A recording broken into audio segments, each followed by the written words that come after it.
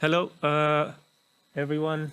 I'm Cristian Recoseanu. I'm one of the tech leads at Pebble. Thank you for joining me on this session where we will explore the NMOS device capabilities control suite of specifications, and we'll also have a look at some live demonstration with a mock device and a controller.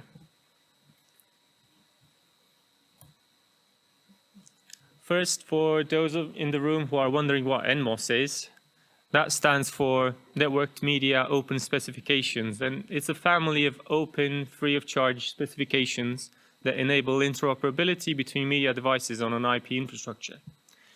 As part of this, NMOS Device Capabilities Control Suite establishes a standard interoperable vision and platform for device control within the NMOS ecosystem. And this is really important.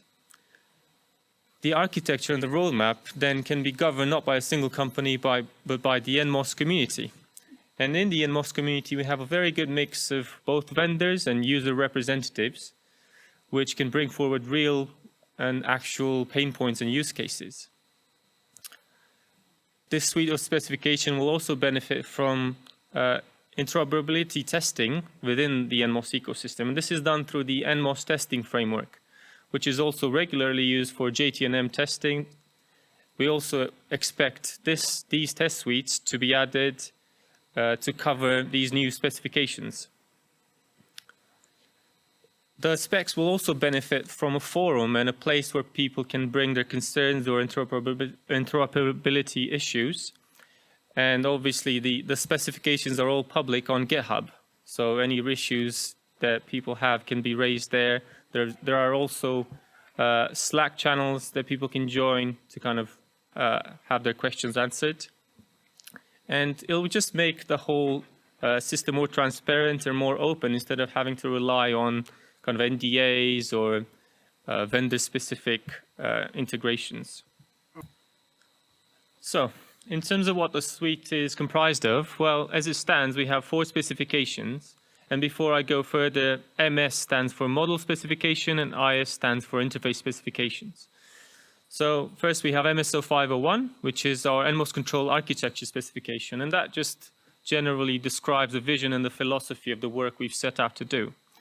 Then we have MSO502, and that's the NMOS control framework. And that really is key because that establishes the modeling language and the rules. So that's WebIDL. It also holds the control classes portfolio and kind of establishes how device structures are built and discovered. Then we have MSO503, and that's the NMOS control block specs. And really that's concerned with kind of templating features and components and blocks, also having a means or describing a means to put constraints on these blocks. And further down the line, hopefully it will lead to some component libraries that people can reuse. Finally, we have the NMOS IS12 control protocol, and this is where we can map control classes and data types into a protocol. We can establish what commands we can send to a device, how we get notifications from a device, and also it establishes the transport and the message encoding that we're going to use. For those wondering about the percentages in the last column, I wanted to hint at what should become clear towards the end, that the focus has always been on the modeling aspect of this activity and having a protocol which maps and exposes models in a generic fashion. We'll see that in next slides. So let's start by looking at the control framework specification more closely. And one of the fundamental concepts we had was the concept of inheritance. And in this example, we can show the base class, the primordial control class in the control framework, which is NC object, and that has some properties and some methods which are effectively common across all control classes in the framework. Now from that, we have a simple worker which has to kind of inherit from this and has to bring all of its properties and methods, but it can add its own properties and methods. And then it can lead to what we call a receiver monitor, and that's a specialized worker class which can effectively describe the status, the network status of a receiver, and also the payload status of a receiver. So if I'm connected to the network, if I'm receiving packets, if I can decode the packets into the correct format that my payload is expecting. And that's also inherited from NC worker and NC object. So you can see the whole composition module where you have to keep what you're inheriting from, but you can add methods and properties. And that's quite a strong workflow and a strong mechanic that we plan to use for vendor-specific control classes as well. So if someone comes and says, okay, I have my NC receiver monitor vendor X control class, you must first inherit from a base standard class, and then you can add your properties and your methods. And let's say you have a packet counter that you want to add. Fine. What that really means is that a controller can then discover that and go, oh, well, at the very least, I can work with your control class because it inherits from NC receiver monitor. And then I may be able to also discover the extra parameters and properties that you have as a vendor. So in terms of what a typical device structure looks like, we have an example here, and that's showing a root block, which is our effectively container structure, and that has members, and some of these members are represented here. So we have a device manager, a subscription manager, and a class manager, and we also have a nested block inside the root block, and that's an inputs block. And we can see here the inputs block has receiver monitor 1 and receiver monitor 2. And you can have far more complex structures than this with nested blocks, but this is just an example. And some other important aspects of the framework. Properties can be read and set if writing is allowed using generic get set methods. Properties can also be subscribed to, and they will be transferred using notifications, which we will see in further slides. The structure of any device is fully discoverable from the root block to any nested blocks. And last but not least, the control classes and data types, even if they're vendor specific, they are all discoverable using the class manager, which is a very important aspect.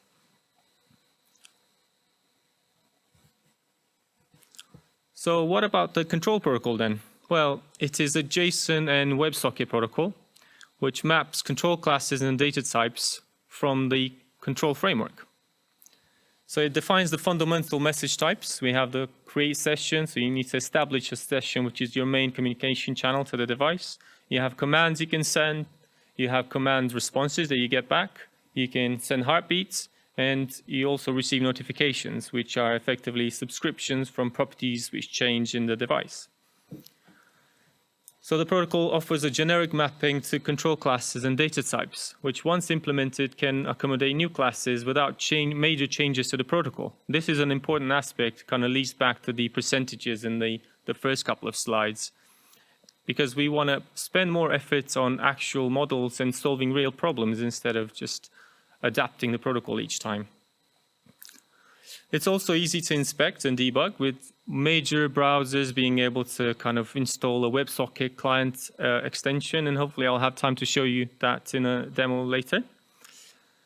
And in terms of authentication and authorization, that's all delegated to existing NMOS specifications, which are have all been approved, and that's in the BCP03 suite and in IS10 for authorization, and that should all work effectively plug and play. Finally, we hope it will be easier for implementers to find developer talent, and the major reason is just we're employing web-based technologies, the technologies that underpin the internet. So hopefully we'll have a greater access to a wider pool of developers.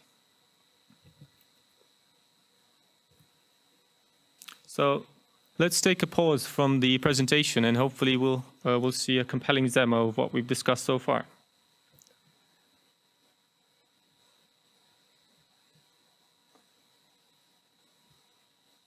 Okay, I might need to exit the presentation, so I'll continue afterwards.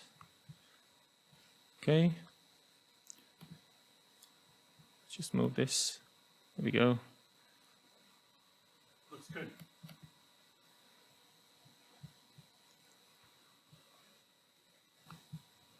Okay. All right. So what we have here is we have our controller, Pebble control, kind of exercising some of these concepts using, it's in a preview build, but it's using MSO5 and IS12 using the open source mock device repository, which is available on GitHub. In the physical view, we can see all of the nodes and devices, NMOS nodes and devices in the registry. And in this particular instance, we have an NCO1 node here and an NCO1 device. If we look at this device,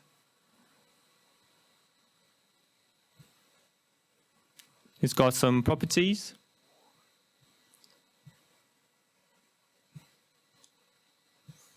And here we can see the interface, the IS-12 control endpoint, which is specified in effectively standard ISO4 formatting.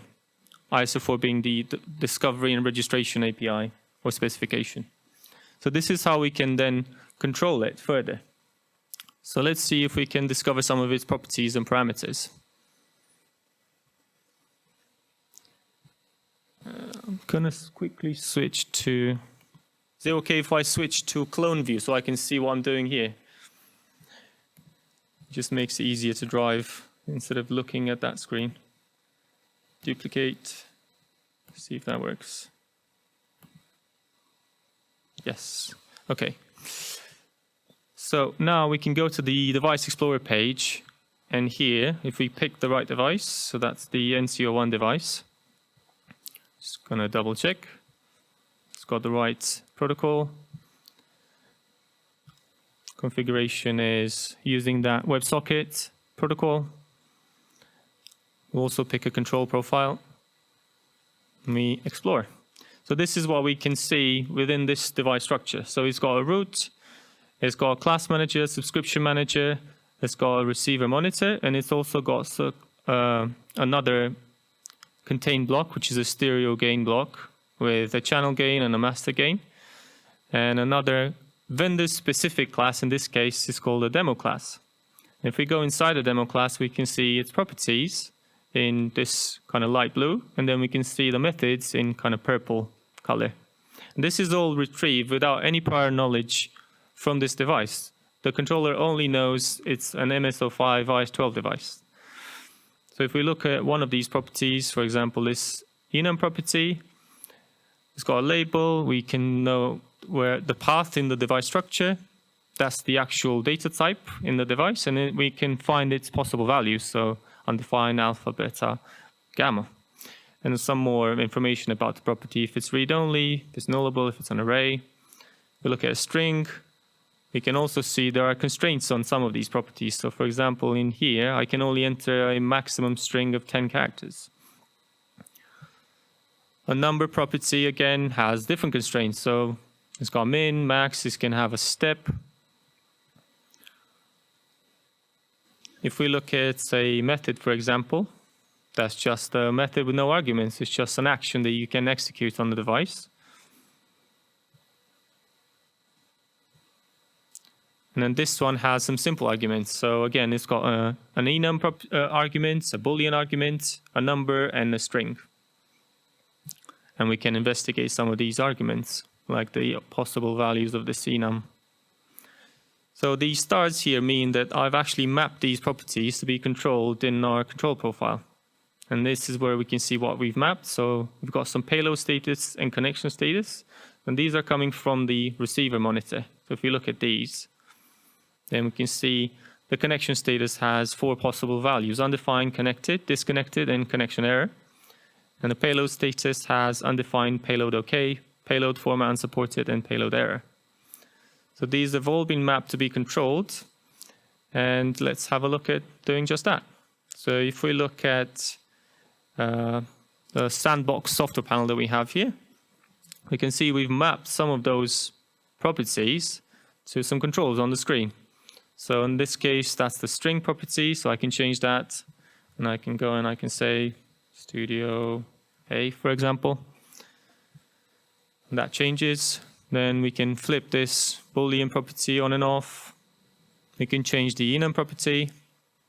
We can invoke one of the methods. This is the one which doesn't have any arguments. Or we can invoke the other method which has some arguments.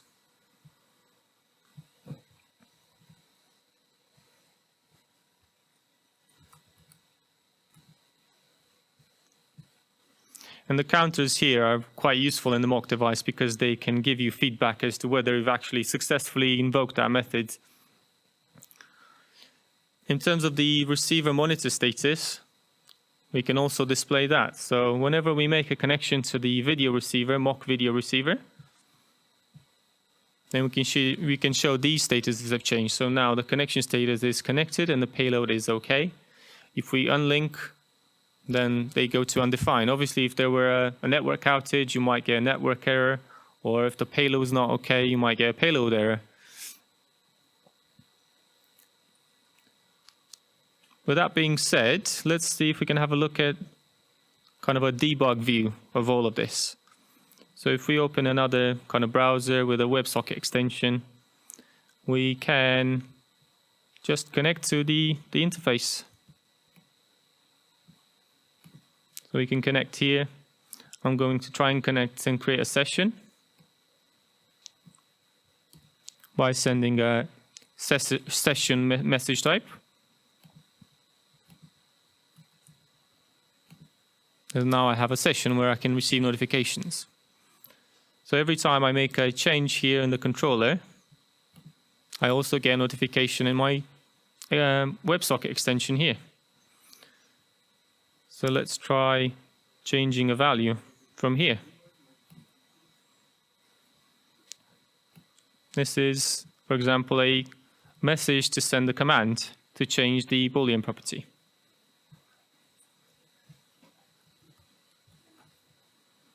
Let's see what happens when we send that. So the current state is false, and we will try and set it to true. So we got two messages. We got an acknowledgement that the command was sent successfully, and then we have the notification that the property has changed to true. So if we look back at the web page, at the controller, we can see that's changed to true. So this mimics effectively someone going to the front panel of the device, changing a property, and then the controller receiving it, or another controller doing it.